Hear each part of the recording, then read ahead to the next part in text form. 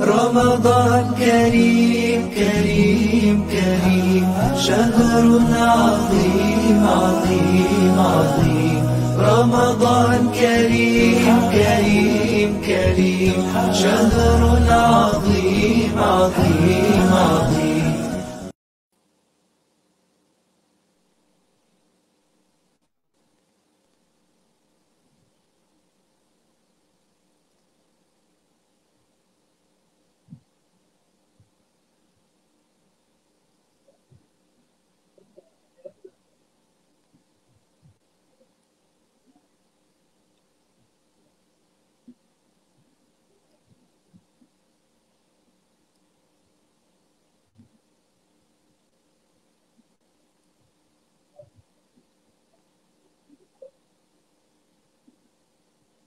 أعوذ بالله من الشيطان الرجيم بسم الله الرحمن الرحيم الحمد لله رب العالمين الصلاة والسلام على أشرف المرسلين سيدنا ونبينا ومولانا محمد المصطفى صلى الله عليه وسلم أجمعين. First of all, Assalamu alaikum wa rahmatullahi wa barakatuhu for all of our viewers who are joining from Sri Lanka as well as all over from other parts of the world. Now, today is the 5th of Ramadan. We apologize for missing the 4th of Ramadan, but Hafiz Ehsan Qadiri was having a parallel program on the same page, which was done by As-Sunnah Trust India with Hazrat Yusuf. And I think it was a very successful program when he was doing this. Now, first of all, salams to Hafiz Ehsan. Can we have Hafiz Ehsan online?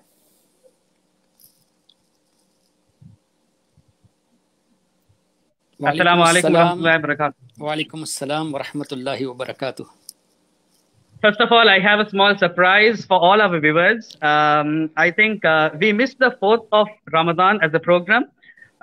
Also, we were told and we got some information later, Hafiz Ehsan, that according to the Arabic calendar, 4th of Ramadan was also your birthday.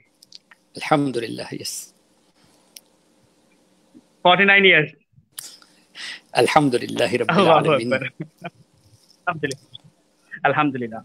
Now, my dear viewers, to start off, we are going to, inshallah, discuss today about the legacy of many of the awliya kiram. So we start off with the 39th Grand Sheikh of the Naqshbandi Tariqa, the Urus of Sheikh Abdullah Faiz Darjastani, an Ahlul Bayt Sheikh who was in Russian side in Darjastan, who actually left Darjastan and came all together towards Sham. So today's topic is going to be about the awliya Allah who used to be in one place and they used to travel to other places. We're going to discuss with Hafiz Ehsan about this particular thing where certain sheikhs, certain saints are going to travel like this. They migrate, they do hijrah for various purposes. So to start off with, Hafiz Ehsan, Uzbekistan, Samarkand, Russia, Darjastan, these places have produced great scholars, great awliyas. And today's Waliullah of the day dedicated to them, Sheikh Abdullah Faiz Darjastani, was also one of the sheikhs who actually migrated all together towards Sham. Why do we, Hafiz Ehsan, see a lot of awliyas coming from that particular region, especially when Arabic is not their first language or not their mother tongue? You can go on, Hafiz. Bismillahir Rahmanir Rahim. Nahmaduhu wa nusalli wa nusallimu ala rasulihil kareem. If we look at the history of Islam, from early centuries, the Islam had reached that area in Russia, Russian subcontinent. And especially when you look around Uzbekistan, Kazakhstan, etc., you find the masters of hadith, such as Sayyiduna Imam Tirmizi, rahmatullahi alayhi, Sayyiduna Imam Hakim Tirmizi. There were two Imam Tirmizi. One Imam Tirmizi who wrote the book Jame Tirmizi, and the other Hakim Tirmizi, who was also a great muhaddith. They are also from Uzbekistan, and their resting places are in Tirmiz, which is in Uzbekistan. And one of the great Imam whose kitab, the book of hadith, is regarded as the best after the Holy Quran, that is Bukhari Sharif. So the author of Bukhari Sharif, Sayyiduna Imam Ismail Bukhari rahmatullahi ta'ala alayhi, he was also from Uzbekistan. So when we look at the history, we find that Islam was dominant in that area since ages. And at that time, you know, Imam Bukhari rahmatullahi ta'ala alayhi was somewhere in the 3rd century Hijri. So from that time onwards, we find Islam being spread to such extent that even the scholars from other areas, they used to come to Uzbekistan, that is in Bukhara, in Samarkand, in order to learn the knowledge of the fiqh, the knowledge of the hadith, the knowledge of the aqidah. Why I mention the knowledge of the aqidah is also because one of the great Imam Abu Mansur Maturidi, who has been regarded as the Imam of aqidah. Now we have 4 Imams in fiqh: Shafi'i, Hanafi, Maliki, Hanbali. In aqidah, all are one. In the fiqh, that is the matters related to jurisprudence, there is a small difference, but in aqidah, all are one, and all those differences are based from the Quran and the hadith of Nabi Karim sallallahu alaihi wasallam. Similarly, there are 2 Imams on aqidah, Imam Abul Hasan Ash'ari and Imam Abu Mansur Maturidi radiyallahu anhuma. These 2 great Imams, what they did is, they summarized the proper aqidah of the Sahaba Kiram Ridwanullahi alaihim ajma'in in light of the Holy Quran and in the light of the hadith of Nabi Karim sallallahu alaihi wasallam. So they summarized the true aqidah in their books, and today all over the world, in the globe, whatever aqidah is propagated is through the books of either Imam Maturidi or Imam Abul Hasan Ash'ari. So Imam Abu Mansur Maturidi rahmatullahi alayhi, he is also resting in Samarkand. Alhamdulillah, I had the opportunity to visit Samarkand and to visit the resting place of Imam Abu Mansur Maturidi. You won't believe how can I express my feelings there, that when you be there, when you present yourself there, you find such a solace in your heart that it is unimaginable. You can't forget that feeling. Because, and why not? They were masters of hadith, they were masters of fiqh, they were masters of aqidah. So in light of the hadith, the rahmat of Allah keeps descending at their places. So the place where the rahmat of Allah are descending, obviously when you sit there, you will get the blessings of Allah Ta'ala and you will find contentment in your hearts. Now just try to understand the great Imam of fiqh of Hanafi, Imam Burhanuddin, who has written the book Hidayah, one of the great fiqh book of Hanafi madhab, that is Hidayah. The author of Hidayah is also resting besides Imam Abu Mansur Maturidi rahmatullahi alayhi. Now this we are talking about 2nd century Hijri, 3rd century Hijri, 4th century Hijri. But astonishingly, you find the grave of a Sahabi of Nabi Karim sallallahu alaihi wasallam also in Samarkand. There is a place called Zinda Shah where Hazrat Qutham ibn Abbas radiyallahu anhuma resting.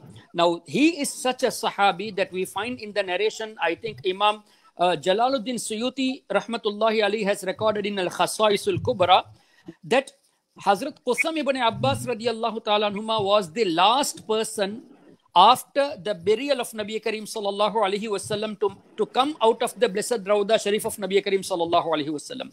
And Hazrat Qutham ibn Abbas radiyallahu anhu says that when I came out of the grave of Nabi Karim sallallahu alaihi wasallam, I felt that Nabi Karim sallallahu alaihi wasallam's blessed lips are moving. So I kept my ears near the blessed lips of Nabi Karim sallallahu alaihi wasallam, and I heard that he was saying, Rabbi habli ummati aw kama qal, that Ya Allah forgive my ummah, Ya Allah grant me my ummah towards me, so that I do intercede for them. So now a Sahabi is narrating this. That means the belief of Hazrat Qutham ibn Abbas, though apparently Rasul Karim sallallahu alaihi wasallam left this world, but the reality is they are even alive physically after leaving this world. So that particular Sahabi is resting in Samarkand. Alhamdulillah, we got the opportunity to visit that place as well. Now, when we see, now as you mentioned about Hazrat Sayyiduna Abdullah Dagestani, similarly, if you go back towards the history, Sayyiduna Khaja Mu'inuddin Chishti rahmatullahi ta'ala alayhi, what a great Imam he is, what a great awliya, that about 9 million people accepted Islam on the blessed hands of Khaja Mu'inuddin Chishti rahmatullahi alayhi. Now, in light of the hadith, if one person has got guidance through another person, then the entire deeds of his life, the reward of that deed is equally given to the person who guided him towards the right path. So now that person will convert his family also into Islam. So the reward of all those family members, their children, their offspring will be given to this person, and accumulately all the rewards will be given to the person who guided. Now Khaja Gharib Nawaz Rahmatullahi Ali, on his blessed hand, 9 million people accepted Islam 800 years ago. So within these 800 years, how many generations would have gone? Let's say after every 25 years, so that means 32 generations. So every generation from 90 lakhs, how many lakhs would have further come towards Islam? So millions of people's reward of the entire life is given to Khaja Mu'inuddin Chishti Rahmatullahi alayhi. So even Khaja Mu'inuddin Chishti, when he came on the command of Nabi Karim Sallallahu Alaihi Wasallam, when he was given the command that, oh Mu'inuddin, you go towards India, and Khaja Gharib Nawaz Rahmatullahi alayhi said, Ya Rasulullah Sallallahu Alaihi Wasallam, this is your command, but how am I to go? Now, summary of their discussion. Then he was given a pomegranate, and in the pomegranate, the whole map of the world was shown. And Khaja Gharib Nawaz, by looking at the pomegranate, he traveled to India. And from where did he come? Passing Uzbekistan, then Lahore, and then to Delhi, and then to Ajmer Sharif. So the pious people, they had been to Uzbekistan, which shows that visiting the pious people is sunnah of the great servants of Allah Tabaraka wa Ta'ala. Subhanallah, Subhanallah. I think we are going through from various topics with regarding to the Awliya Ikram, and there is more to actually discuss. Subhanallah.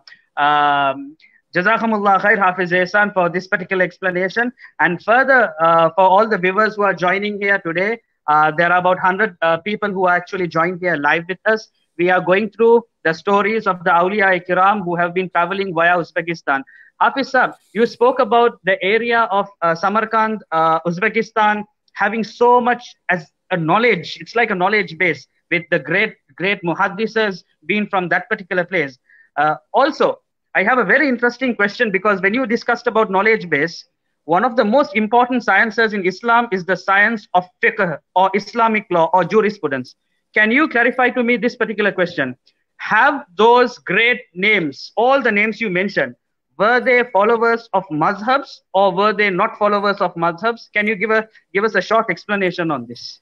Subhanallah. The Imam Abu Mansur Maturidi, the Imam who explained the true Aqidah of Ahlus Sunnah, he was a Hanafi follower. And Imam Hassan Ash'ari Rahmatullahi alayhi, who also wrote the Aqidah, summarized the true Aqidah, he was the follower of Imam Shafi'i Rahmatullahi alayhi. Sahibul Hidayah, Imam Burhanuddin, was a Hanafi follower. Sayyiduna Imam Tirmizi Rahmatullahi alayhi, the scholar of one of the Sihah Sitta Hadith, he was also a Hanafi follower. And Imam Bukhari Rahmatullahi alayhi, the great Imam among the Muhaddithun, the author of Bukhari Sharif, he was also Shafi'i follower. Now, what are we to say about these Imams? Those Imams whom we followed in order to refer to the books of fiqh, in order to refer to the books of Aqidah, even to refer to the Bukhari Sharif and Tirmizi Sharif, they were also the followers of one of the four Imams. And when we go further, Sayyiduna Imam Bahauddin Naqshbandi Rahmatullahi alayhi, one of the four Imams of Tariqah, such as Ghawthul Azam Sheikh Abdul Qadir Jilani, the Grand Sheikh of the Qadiriya Tariqa, Sayyidina Khaja Mu'inuddin Chishti, the Grand Sheikh of Chishtiya Tariqa, Sayyidina Umar Shahabuddin Soharwardi, the Grand Sheikh of Soharwardiya Tariqa, and Sayyidina Imam Bahauddin Naqshbandi, the Grand Sheikh of Naqshbandiya Tariqa. He is also resting in Bukhara Sharif, and there are 7 Mashayikh of Naqshbandiya Tariqa in Uzbekistan. Alhamdulillah, I have visited those places as well. So even Imam Bahauddin Naqshbandi was a follower of one of the four Imam. Sayyiduna Ghawthul Azam radiyallahu anhu, he was the follower of Imam Ahmad ibn Hanbal. So similarly, all the great Imam Khaja Mu'inuddin Chishti was a Hanafi follower. So you can't get escaped yourselves from following an Imam. If you say this is shirk or innovation, then you can't refer to even Bukhari Sharif, because he was an innovator according to these people. You can't refer to even Muslim Sharif, because Imam Muslim also was a Shafi'i follower. So don't follow Muslim Sharif, don't follow Bukhari Sharif, don't follow the fiqh, the books of fiqh, don't follow the book of Aqidah, because they all were, according to these people, they were innovators, because they were all following the Imams. Allahu Akbar. My dear viewers, how big are we? How rich are we? How beautiful are we? The big giants of Ahlus Sunnah wal Jama'ah are all followers of the Madhahib Imams. The big guns of Ahlus Sunnah wal Jama'ah, Who can show anyone more beautiful than all these names being mentioned? Hafiz Ehsan, most of these scholars, when they used to travel, they used to travel to meet important places. Like Imam Bukhari, when he used to travel to Hajj, he always made sure that he visited Imam Ahmad bin Hanbal during his time. And I think they met at least twice during their lifetime. Likewise, Imam Bukhari went to Baghdad Sharif many times. Likewise, the Urus of today, Grand Sheikh Abdullah Faiz Darjastani, he came to Sham Sharif. Likewise, Khwaja Muinuddin al-Jisti came towards India. We see that these places have something very important. I have read Hafiz Ehsan, if you can enlighten me with this. There are some of the hadiths of Sallallahu Alaihi Wasallam which he talked about Hind, as in India. Sallallahu Alaihi Wasallam said, I get cool breeze from Hind. Tell me the excellence of India, because we see so many awliya, subhanallah, buried there. Can you enlighten us with the speciality of the awliya ikram of Hind, which I mean not only India, because during the time of Sallallahu Alaihi Wasallam, Pakistan, Bangladesh, even Sri Lanka, all this is referred to as Hind. Can you enlighten us with this, Hafiz Ehsan? Yeah, as far as what I understand is, Alhamdulillah, by the grace of Allah Tabaraka wa Ta'ala, Islam is being followed in this area in the Indo-Pak subcontinent by the barakah of the great awliya in such a manner that if you refer to the history of Islam, the hadith science was brought in India by Sayyidina Sheikh Abdul Haq Muhaddis Dehelvi Rahmatullahi Ta'ala Ali. Similarly, there were many mujaddid of Islam, that is the revivalist. In light of the hadith, we find that in every century there will be a mujaddid. So in India, you see how many mujaddid were there. Hazrat Shah Abdul Aziz Muhaddis Dehelvi, Hazrat Imam Mujaddid Alfi Sani Rahmatullahi alayhi, Ala Hazrat Imam Ahmad Raza Rahmatullahi Ta'ala alayhi, Sheikh Abdul Haq Muhaddis Dehelvi Rahmatullahi Ta'ala alayhi. So all these great imam, they were not only great awliya, they were also among the mujaddidin, and they were from this area, Indo-Pak subcontinent. So a mujaddid, the wisdom behind the mujaddid is that when there is a lack of following Islam in form of amal or in form of aqidah, then Allah Ta'ala sends a mujaddid to revive his deen. So when Allah Ta'ala is sending such a great person to revive the deen of Allah Tabaraka wa Ta'ala, and many of the mujaddidin have been in Indo-Pak subcontinent, so from this we understand that many a times this area was revived by the great scholars of Islam. In other words, Allah wanted Islam to prevail in this area in such a manner that many people to follow the religion of Muhammadur Rasulullah sallallahu alaihi wasallam. And this is the reason we find that many great awliya, let us see, mostly the Chishtiya silsila mashayikh, Hazrat Khaja Mu'inuddin Chishti, Hazrat Khaja Banda Nawaz, Hazrat Nizamuddin Awliya, Hazrat Khaja Nasiruddin Chiragh Dehelvi, all these great imams of Chishtiya silsila, they are from India. And similarly, Data Ganjbakhsh Ali Hijweri, who was even before Sayyiduna Ghawsul Azam Sheikh Abdul Qadir Jailani, who is resting in Lahore. So this is also within the Indo-Pak subcontinent. And take Sri Lanka, we have Hazrat Sayyiduna Sheikh Uthman ibn Abdul Rahman as-Siddiqui, Hazrat Sheikh Ashraf Waliullah, Hazrat Ismail Qindil Waliullah, and many great awliya who had traveled to Sri Lanka from Yemen, from Syria, from Hijaz. Why? To spread the message of Islam here. And similarly, we also find in light of the tafsir that Nabi Adam alayhi salatu wasalam descended on this blessed earth. That means this earth has the blessings of the blessed feet of Sayyidina Nabi Adam alayhi salatu wasalam. Now, one of the scholars beautifully explained that he said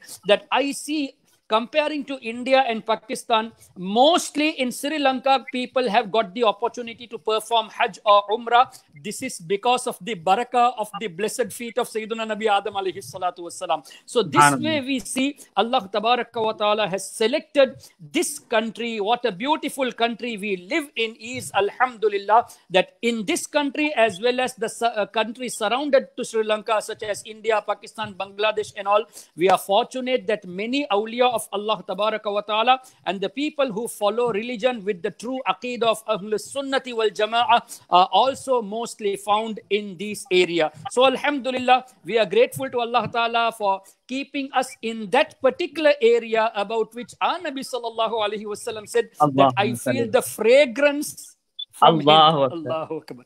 Allahu Akbar. Indeed, our sheikhs used to say that the ulama of Hind are very strong scholars. Hafiz Ehsan, I would like to read a small paragraph from the journeys of Sheikh Abdullah Faiz Darjastani. He says something interesting with regarding to Barelvi Sharif, and my next question is going to be with regarding to the shining stars who are resting in Barelvi Sharif. I have heard that the Grand Sheikh, the Murshid of Sheikh Nazim al-Haqqani, visited Barelvi Sharif in India immediately after the demise of Ala Hazrat Imam Ahmad Rida Khan. The following is related by this event. At the time of the demise of Sayyidina Ala Hazrat Raliallahu Anhu, a certain saint of Syria dreamt Holy Prophet Sallallahu Alaihi Wasallam while he was in the Bayt al-Muqaddis. In this dream, the saint saw many Sahaba Kiram seated around Sallallahu Alaihi Wasallam. All of them seemed to be waiting for someone. The saint said that in his dream he asked, Ya Rasulullah Sallallahu Alaihi Wasallam, whose presence are we waiting for? The saint is asking, whose presence are we waiting for? And Holy Prophet Sallallahu Alaihi Wasallam said, we are waiting for Ahmad Rida. And at that time, the Sheikh Abdullah Darjastani did not know who Ahmad Rida Khan was. The saint asked, who is Ahmad Rida Khan? And Sallallahu Alaihi Wasallam said, he is a big alim and a big scholar and a big saint from the Barelvi Sharif part of India. Soon as Grand Sheikh Abdullah Faiz Darjastani heard this incident, he woke up and he immediately left towards Barelvi Sharif. And the story finishes said that it was very sad to say that by the time he reached Barelvi Sharif, Ala Hazrat Rahimahullah had passed away and they couldn't meet physically. What is so special in Barelvi Sharif? I believe you have been there many times. Can you tell us something more important here? Yeah, first of all, I think you have missed one more point here. That when Sayyidina Abdullah Dagestani Rahmatullahi alayhi went to Barelvi Sharif, Ala Hazrat Rahmatullahi alayhi had left this world.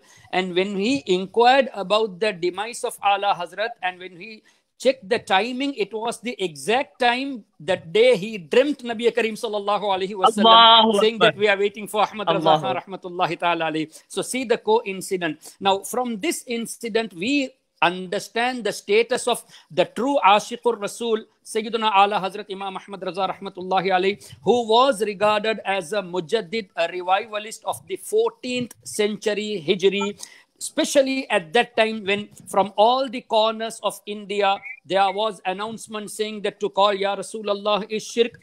There was an announcement in such a manner that Allah is ma'adallah able to lie. They used to say that Ya Ghaus al-Adam, proclaiming this is also shirk. Commemorating the birth of Nabi Karim Sallallahu Alaihi Wasallam, this is also shirk. Similarly, many statements were uttered. A Nabi can come after Nabi Karim Sallallahu Alaihi Wasallam. At that crucial moment, it was along with the other scholars who had done this great job, but especially Ala Hazrat Imam Ahmad Raza Rahmatullahi alayhi, out of his pen, he responded to all those blasphemous statements uttered by those people, and his qalam was so powerful that he himself says that Khanjare dile aada ko raza tez namak ki dun hai, ik zara aur chidakta rahe khama tera. O Raza, the hearts of the enemies, they find difficult by your writings. So no problem. Let their burning be increased. You keep on writing the excellence of Nabi Karim Sallallahu Alaihi Wasallam. You keep on talking about the excellence of the awliya. And also he said that Allahumma salli wa sallim wa barik alayhi. About his qalam, he says that Khanjare khunkhwar barqbar. Aada se keh do khair manaye nashar kare. The qalam of Raza is working like a sword in the hearts of the disbelievers, in the hearts of the enemies of Rasulullah Sallallahu Alaihi Wasallam. Aada se keh do, tell the enemies, khair manaye nashar kare. Do not tell them that do not play out with the excellence of Nabi Karim Sallallahu Alaihi Wasallam. If not, the qalam of Raza is working like a sword towards your hearts. It will burn your hearts. It will destroy your thoughts. Subhanallah. This way, Ala Hazrat Rahmatullahi Alayhi wrote many books and proved the real aqidah of Ahlus Sunnati wal Jama'ah. And this is the reason today, Alhamdulillah, more than hundreds of people are doing research on Ala Hazrat Imam Ahmad Raza Rahmatullahi alayhi, because he was not only an alim of Islam, he was a scientist, he was a mathematician, he was an astronomist. What was he not? And you know better because you had already done a research and you have explained this also, that with regards to water, He has categorized over 100 or 200 categories of water about the soil. He has categorized that from which part the tayammum can be performed and from which sort of things the tayammum cannot be performed. He has counted more than 300 such things. So this was the massive knowledge of Ala Hazrat bestowed by Allah by the wasila of Nabi Kareem sallallahu alaihi wasallam. And brother Intikhab, when you spoke about the hadith of the Hind where Nabi Kareem sallallahu alaihi wasallam saying in such a manner that I feel the fragrance. So now there are some people who say that believing in awliya, visiting the resting places of awliya, this is only found in India and Pakistan. This is only found in Bangladesh and Sri Lanka. There are people who utter such. That was actually my next question. These type of things, is it only in the subcontinent that we respect the awliya, or did you see the similar respect happening in Uzbekistan also out of India Park, like they stop the vehicle, give salams to the awliya? What about these kind of things? Yeah, I can tell you many such incidents, even in Egypt, in Jordan, in many other places. But as the discussion is about Uzbekistan especially, Alhamdulillah, I have seen this once. I was traveling in a taxi, visiting some of the darbar of the awliya of the Naqshbandi tariqa. After visiting Sayyidina Amir Kulari rahmatullahi alayhi, who was the Sheikh of Sayyidina Bahauddin Naqshbandi rahmatullahi alayhi, when we were passing Sayyidina Bahauddin Naqshbandi rahmatullahi alayhi's gate, I saw the driver reduce the speed of the car.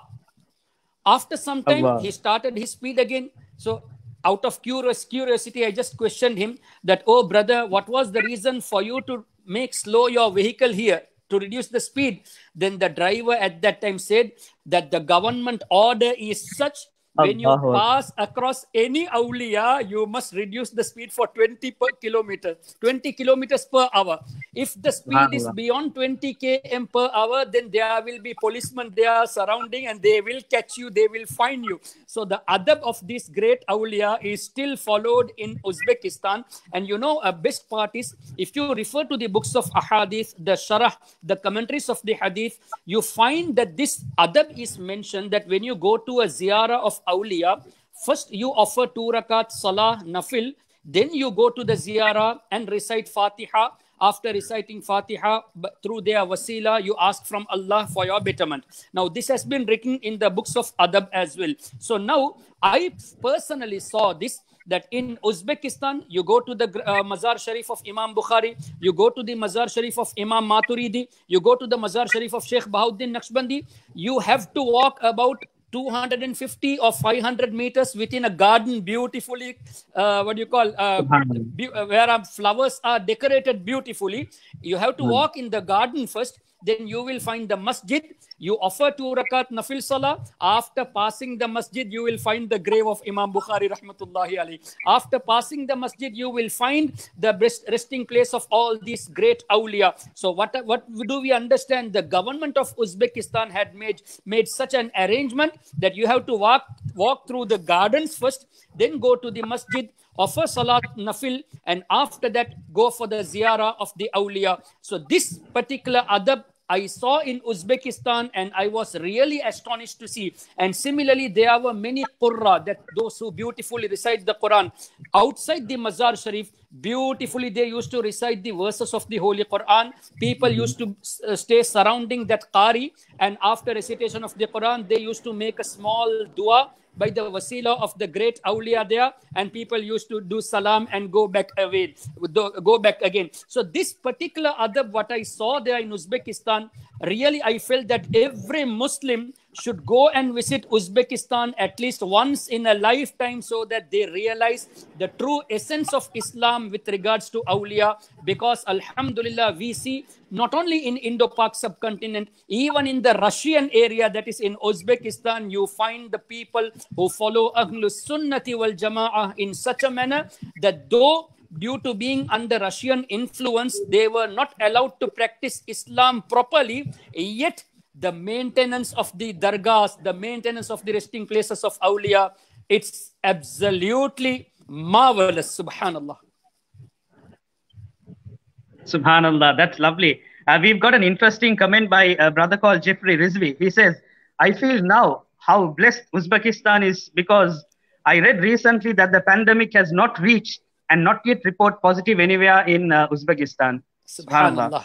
Um, Hafiz Saab, just to go out of the topic, a brother has just written a question to us saying that when we did the first recording, we discussed about the relationship between Sayyiduna Ghawthul Alam radiallahu anhu and the Mayman community, how they came about. The brother said that the recording was not clear as it got interrupted.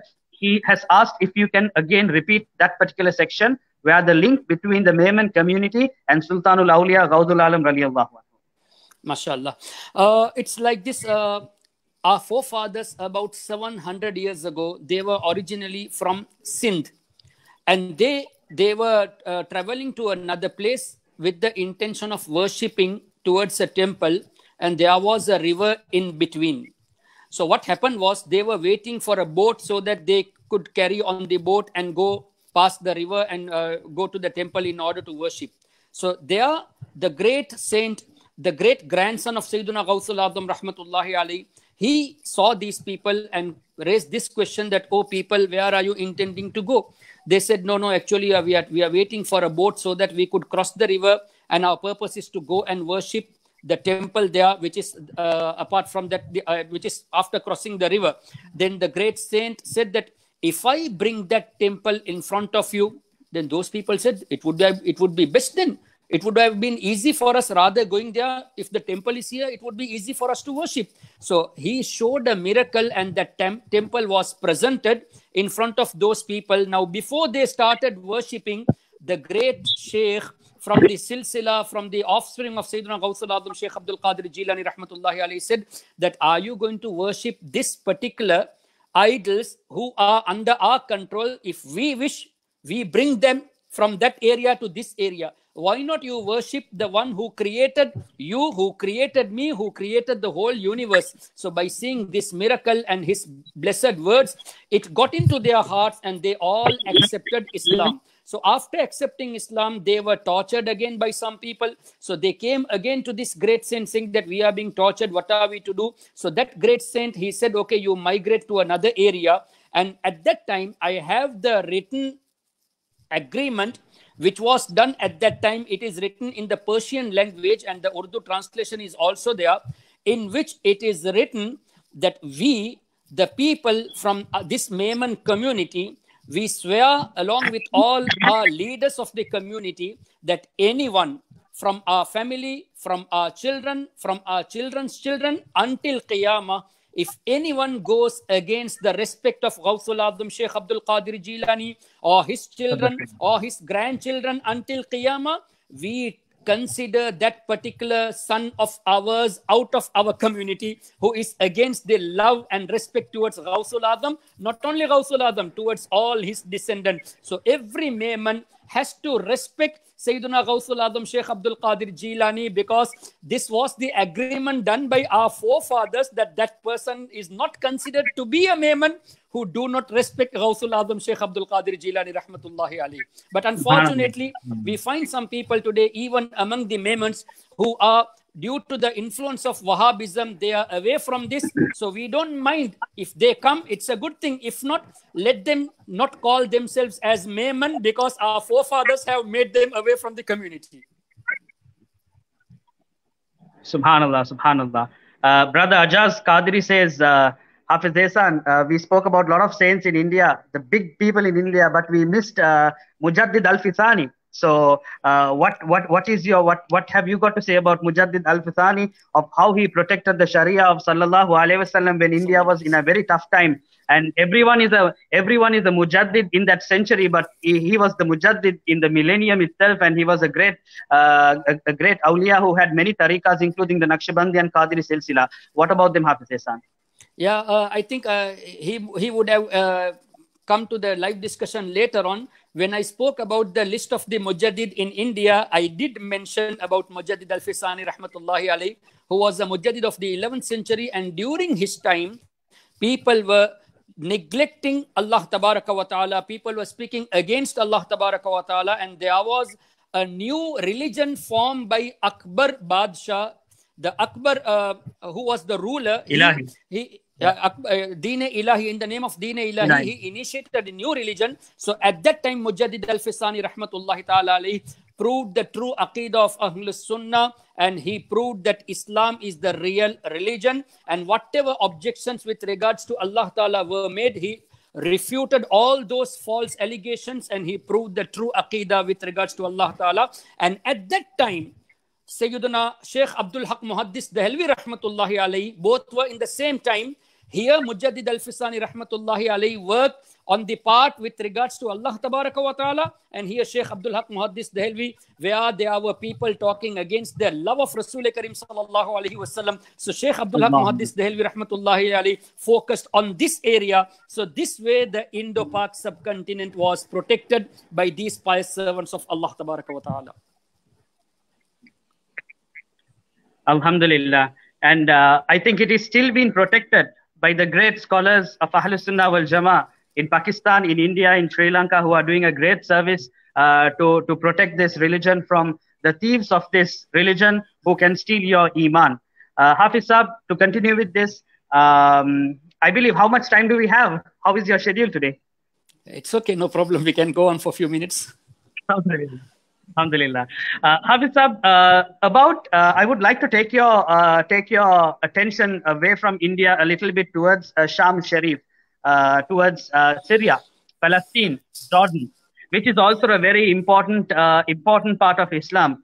Now, we've seen a lot of saints visiting there, and Grand Sheikh Abdullah Faiz Dajastani goes to Turkey. He lives there for some time, and he goes and waits in Sham, in Damascus, and he passes away.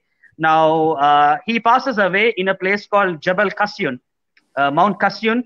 It is believed that more than 300 odd prophets and awliya are buried there, including awliyas like Ibn Arabi. Waliullah is also buried there. And there are many other people who are buried in Sham. And also, I have studied from various scholars that they have a hadith collection called the 40 hadiths on the blessings of Sham.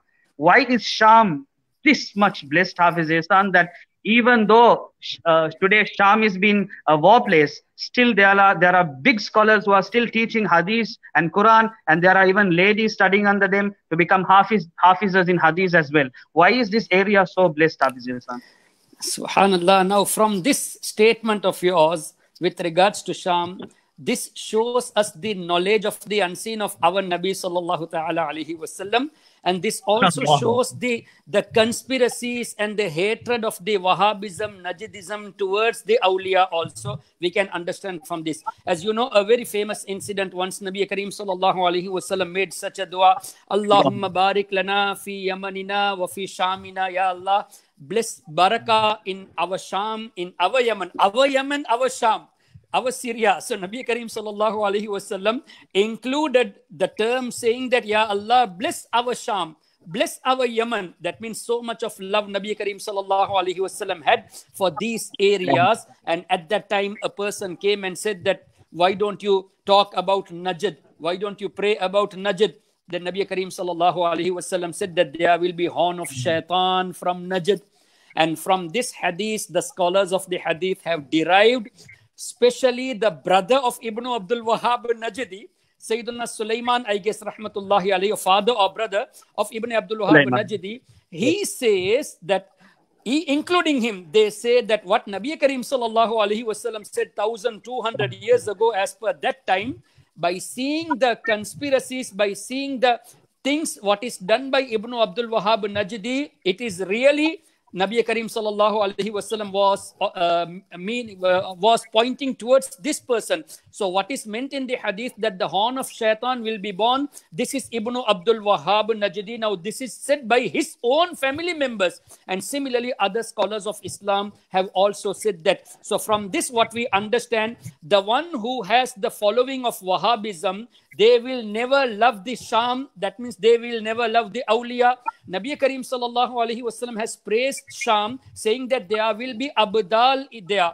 That means there will be great awliya there, through whom Allah Ta'ala will protect the people of the earth, because of whom Allah Ta'ala will grant rizq to the people. So these people, when they are against the awliya, by seeing at them, by looking at them, we strengthen our iman further that, Ya Rasulullah Sallallahu Alaihi Wasallam, Anta Sadiqul Wadil Amin. You are the truthful, Ya Rasulullah. What you said 1400 years ago about Sham, about Yemen, we see even today, despite difficulties, we find many great awliya resting in Syria and in Yemen. And similarly, we see, Ya Rasulullah, the one who opposed you at that time, from his family, Ibn Abdul Wahhab Najdi, is doing those things what you mentioned as horn of shaitan. So my dear viewers, make sure by looking at these people who are against awliya, they are not from now. They were there even in the time of Nabi Karim sallallahu alaihi wasallam's physical worldly life. So by looking at these people, protect your iman. And finally, I would like to give this advice again. When we spoke about Uzbekistan, I want to give this message to my viewers. Try your level best if can. After the pandemic situation is over, inshallah, when we are clear with this, try your maximum to at least have one visit to Uzbekistan and see the love towards awliya. And try to visit Turkey, try to visit Yemen, try to visit Syria, try to visit Jordan, and see how the respect of awliya. Let me tell you one incident in Egypt, where Sayyidina Imam Shafi'i rahmatullahi ta'ala is resting there. Imam Ibn Hajar Asqalani, the great muhaddith, Imam Sayyidina Abul Hasan Shazuli, one of the Imam of Shazuliya Tariqa, Imam Jalaluddin Suyuti, and many, many great awliya. You know, Imam Shafi'i, who was in 1250 years ago, he made this wasiyat that his janaza salah first to be offered by Sayyida Nafisatul Misriya radiyallahu ta'ala anha, who was from the Ahlul Bayt of Nabi Karim sallallahu alaihi wasallam, resting in Cairo. Now, I personally experienced this when the taxi drivers or the vehicles, when it moves from the darbar of Sayyida Nafisatul Misriya, on their way, they used to slow down their vehicle, say Assalamu Alaik, and then they pass their way. They cross their way. So this way, the adab towards the awliya, towards the Ahlul Bayt is prevailing even today.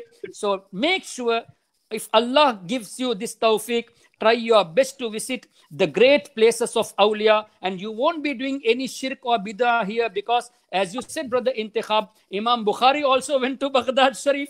Imam Shafi'i rahmatullahi alayhi went to Baghdad Sharif, to the grave of Imam Abu Hanifa rahmatullahi alayhi. Imam Abu Hanifa went to the resting place of Imam Musa al-Kazim rahmatullahi alayhi. Imam Ahmad ibn Hanbal went to the resting place of Imam Shafi'i rahmatullahi alayhi. So this way we see this is the practice of those great scholars who had memorized millions of hadith, because Imam Ahmad ibn Hanbal, he was not just a scholar of 1,000 or 2,000 hadith, or like this, the Wahhabi followers, internet mullah. No, he had memorized 1 million hadith. So the one who know 1 million hadiths with the chain of the narrators, he did not regard this as shirk and bid'ah. Who are these people to say that visiting awliya is shirk and bid'ah? So may Allah grant them hidayah, and may Allah tabaraka wa ta'ala bless all of us this tawfiq for us to at least have one visit to these places, especially the Quran Sharif written by Sayyidina Uthman ibn Affan, which is in Tashkent, in Samarkand,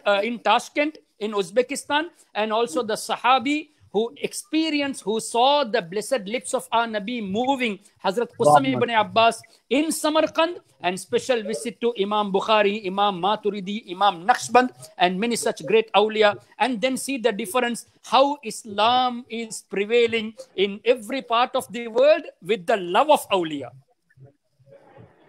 Inshallah. If we can just go for the next 5 minutes, some important questions came. Hafiz Ehsan, you touched something very touching with regarding to the Ilmul Ghaib of Sallallahu Alaihi Wasallam, which reminded me about the hadith, again mentioning Hind. If I'm not mistaken, the word mentioning Hind was when Sallallahu Alaihi Wasallam from Madina Munawwara, actually he pointed towards the direction of Hind and said that I am getting cool air from Hind. So Sallallahu Alaihi Wasallam exactly knew where India was. We see today Muftis say that, you know, Sallallahu Alaihi Wasallam did not know the geographic location of China and things like that. But in other words, we see in this hadith that Sallallahu Alaihi Wasallam had the knowledge of even geographic regions of different countries as well. And that's why governors were sent for these particular countries. I would like to interrupt here. Yes. I would like to, the Mufti who said that Prophet didn't know China, the same Mufti said in his lecture, in the same very statement, after making people laugh that Prophet didn't know China, in the same statement he says the narrator added the word China. So that means China was there for the narrator to add, right? So he himself contradicts, saying that China was not there. Now he says the narrator added the term China. So this all shows the hatred and animosity towards Nabi Karim sallallahu alaihi wasallam. In the name of Islam, they speak against the knowledge of Nabi Karim sallallahu alaihi wasallam. Hatred towards the lofty status of our beloved. Subhanallah. Hafiz Ehsan, Rishad Imran has asked a very important question, especially in the context of Sri Lanka. The question is, has Sheikh Abdul Qadir Jilani Qaddasallahu Sirrahul Aziz visited Jailani in Balangoda? It's a very important question, and it's beyond the imagination of the common people, because these subjects are very high and only the people of those caliber would be able to reply.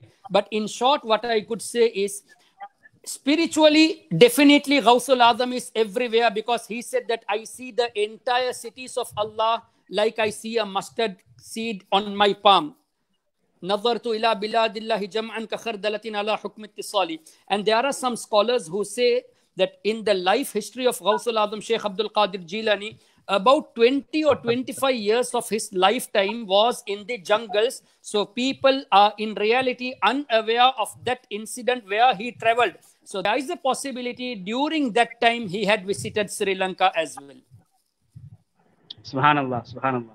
Towards our viewers, we are going towards the latter part of it to close this particular show. We've had Hafiz Ehsan almost for about 45 minutes, I believe, yes.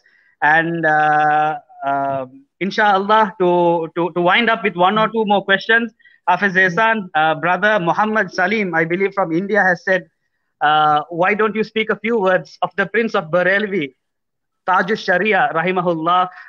Why don't you speak a few words of them also? Inshallah, I think to speak about Ala Hazrat and Huzur Taj al-Sharia and such great people, 5 minutes won't be sufficient. So inshallah, we'll have a special program on this subject, inshallah. Inshallah, inshallah. To finish off this, I would read the last comment given by Abdul Karim Lakhani. So heartwarming. What a beautiful subject you have selected tonight about the various awliya and saints of Islam. And this subject is very relevant to the current times. I am so happy to be from the Mayman community. We live and love our master Ghawthul Alam raliyallahu ta'ala anhu. With this, we will... Yes, yeah, I would let me, because the Sheikh, my Sheikh's name has appeared here. So let me just summarize in 2 minutes. Alhamdulillah, Sayyidi Taj al-Sharia, Mufti Akhtar Raza Khan, rahmatullahi ta'ala alayhi. What I have seen in him, that during his the last part of his worldly life, apparently he lost his eyesight. But even at that time, by dictating from Arabic to Urdu, from Urdu to Arabic, he has translated many books. For example, one of his murid used to read the text in Arabic. Hazrat used to translate in Urdu, and immediately it was penned down and the book was published. Again, my ustad, my teacher, Mufti Nurul Hassan Sahab Nuri, Hafizahullah, he started reciting in Urdu. Hazrat used to translate immediately in Arabic. Again, another book was formed and it was published. This way, after having lost apparently his eyesight, he did such great works that even the Sharah of Bukhari Sharif in Arabic is available now. The Sharah of Qasidatul Burda Sharif in Arabic is also available now. And many books of Ala Hazrat translated from Urdu to Arabic, from Arabic to Urdu. And today, Alhamdulillah, the books of Ala Hazrat which were in Urdu, by translating into Arabic by Sayyidi Taj al-Sharia, today the Arab world also have come to know much more about Ala Hazrat Imam Ahmad Raza rahmatullahi alayhi. So I would say, by the blessings of Allah, this was a miracle of Taj al-Sharia rahmatullahi alayhi, that even during that age of weakness, he did such great works which is beyond our imagination. Subhanallah. I promise all our viewers that we would definitely take a different day to have an exclusive session for the entire family members of Ala Hazrat rahimahullah, because doing 5 minutes is not justice for them. Hafiz Ehsan, I myself have witnessed whenever I have met Hazrat Taj al-Sharia rahimahullah, that even while between the gap of people coming and giving salams and meeting with him, while between that gap, if there is 5-10 minutes, he has his translator near him and he keeps on translating the Arabic to the Urdu books. And I have heard from Arabic scholars where Arabic scholars have been dumbstruck, have been confused. Who is this person? Who is Tajush Sharia? Is he an Arab or is he a non-Arab? We are very confused. That is the caliber of Sayyidi Tajush Sharia rahimahullah. To end off this session, Hafiz Ehsan, I would take your permission for you to recite a Fatiha for the soul of Sayyidi Abdullah Dajastani, the Grand Sheikh of our Tariqah, the 39th Grand Sheikh and the Sheikh of Maulana Sheikh Nazim Al-Haqqani, and also for all the awliyas whose day of the 5th and the 4th of Ramadan is dedicated today with a dua, and we will close this session. Yeah, so I request all the viewers to recite Surah Al-Fatiha and Surah Al-Ikhlas thrice so that we can continue with the dua. Al-Fatiha.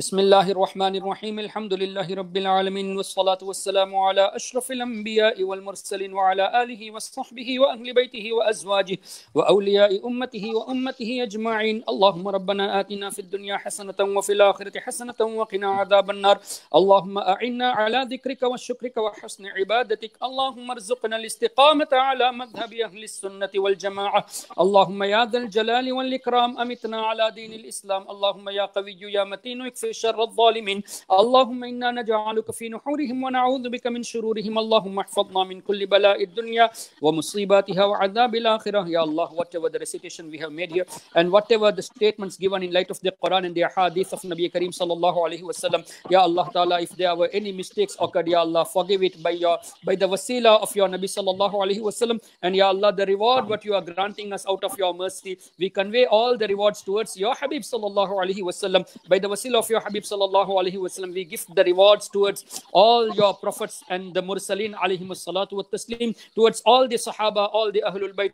especially to the ruh of Sayyidah Fatimatul Zahra radiyallahu anha, Sayyidina Imam Hassan, Sayyidina Imam Hussain, to all the azwaj al-mutahharat, and to all the awliya, especially to the ruh of Sayyidina Ghawthul Azam, Sayyidina Khaja Mu'inuddin Chishti, Sayyidina Sheikh Bahauddin Naqshbandi, Sayyidina Sheikh Shahabuddin Soharwardi, Sayyidina Sheikh Ahmad Kabir al-Rifai, Sayyidina Sheikh Imam Abul Hassan Ali Shaduli, Sayyidina Mujaddid al-Fisani, Sayyidina Sheikh Abdul Haq Muhaddis Dehlvi, Sayyidina Imam Jalaluddin Suyuti, Sayyidina Ala Hazrat Imam Ahmad Raza, Sayyidina Imam Bukhari, Sayyidina Imam Tirmizi, Sayyidina Hakim Tirmizi, and towards all the great Sahaba, the great awliya, the great Muhaddithun, the great Mufassirun, and towards all the awliya resting in the whole world. And Ya Allah Ta'ala, by the wasila of all these great awliya, we convey the rewards towards all the believers, and especially to the ruh of Sayyidina Sheikh Nazim al-Haqqani, towards the ruh of Sayyidina Abdullah Faiz al-Dagistani radiyallahu ta'ala anhuma, and towards all the ulama of Ahlus Sunnati wal Jama'ah, towards all the believers. Ya Allah, by the barakah of these your pious servants, Ya Allah, forgive all our sins. Ya Allah tabaraka wa ta'ala, especially to the ruh of Sayyidi Tajush Sharia, Sayyidina Mufti Azam, Sayyidina Hujjatul Islam,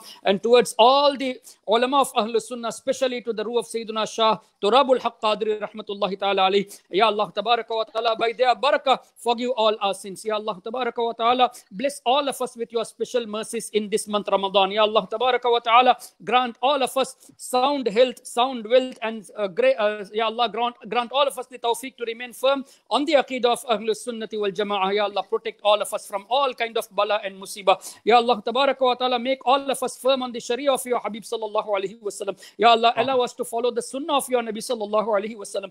Ya Allah, those who have requested for du'as, Ya Allah, you are alim, you are khabir, you are well aware of their intentions. Ya Allah tabaraka wa ta'ala, accept their du'as by the wasila of Ghawthul Azam Sheikh Abdul Qadir Jilani rahmatullahi alayhi. And Ya Allah, those ulama and mashaykh who are living now in this world, Ya Allah ta'ala, grant them sound health. Ya Allah tabaraka wa ta'ala, elevate their status. Ya Allah, elevate their ranks. Ya Allah, grant all of us the tawfiq to learn the true aqidah from these pious scholars of yours. Ya Allah tabaraka wa ta'ala, by the wasila of Nabi Kareem sallallahu alaihi wasallam, grant all of us the death in the state of iman. Ya Allah, grant all of us the shafaat of your Habib sallallahu alaihi wasallam. Ya Allah, especially those who are involved in this program, those who are viewing this program, those who will be watching after this. Ya Allah, protect their iman as well, protect our iman, and Ya Allah, make all of us the true servants of your Habib sallallahu alaihi wasallam in this dunya and also in the akhirah, by the wasila of Ghawthul Azam Sheikh Abdul Qadir Jilani. Wa sallallahu ta'ala ala khayri khalqihi Sayyidina Muhammadin wa alihi wa sahbihi ajma'in. Subhana rabbika rabbil izzati amma yasifuna wa salamun ala al-mursalin walhamdulillah